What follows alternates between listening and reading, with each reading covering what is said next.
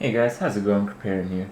So in this video I want to show you guys a little bit of fun tips and a little bit more information on what kind of weapons you should be looking for your character if you were dual wielding. There's a lot of things that get a little bit complicated. Everything is essentially based on the skills that you use, and you should be getting the corresponding weapons that optimizes those skills. So in this video I'll talk about some general things, but also I'm going to relate them to the Whirlwind Barb, because I know most of you that check out my channel, you guys are, spin to winning right now. So let's get started here. So when it comes to Whirlwind Barbs, I found out through a few forum posts, some people did some pretty good theorycraft work, and basically what they found out is that the Run Like the Wind tornadoes, they work off of your main hand damage, not off your main hand DPS. Now they are affected by weapon speed and haste, but each hit is going to use the damage of your weapon. So for your main hand, you're going to want high damage. High DPS does help, but it doesn't scale 100% like I may have mentioned in a previous video. The way it works is the speed that the tornadoes tick at is based off of your active attack speed. What does that mean?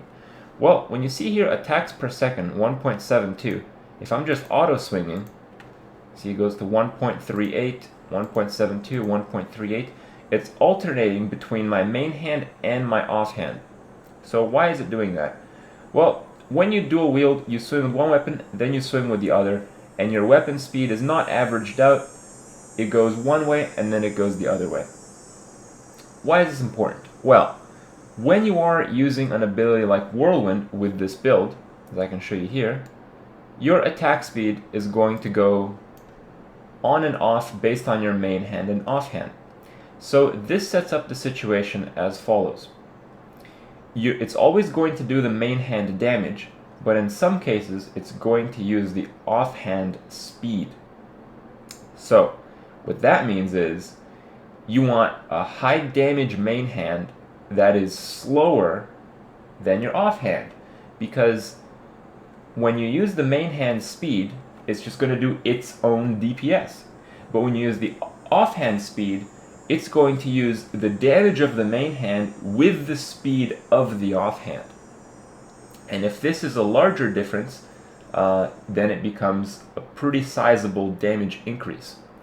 Now, when it comes to choosing weapons for your main hand and offhand with these abilities, you don't want to be driven away too far from other weapons. For instance, if you had an axe that was, let's say, 1084.3 DPS, but the speed on it was 1.3.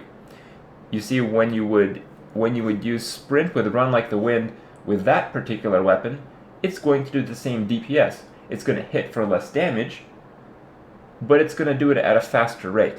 However, when you use Run Like the Wind and your next queued weapon is your offhand, the speed of the offhand will take over, and because the damage, not the DPS, the damage of the main hand would be lower on an axe version of the same DPS of this weapon, then you would actually do less DPS with an axe in that case.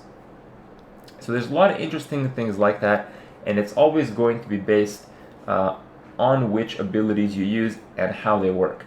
I know in some situations with monks, sometimes with their sweeping wind that spawns cyclones, they want the slowest possible weapon because the cyclones do damage based off of their main hand, and obviously they're going to proc from both main hand and offhand attacks.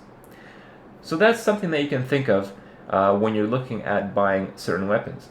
You might get a better deal on a mace, because for you it might do more damage compared to someone else, and at the same time you might get a better deal on a dagger or a sword with attack speed or something like that compared to other people who either wouldn't know, or this fact wouldn't really apply to their class. Hopefully you guys enjoyed my little lesson on dual wielding and haste, and I'll see you guys tomorrow.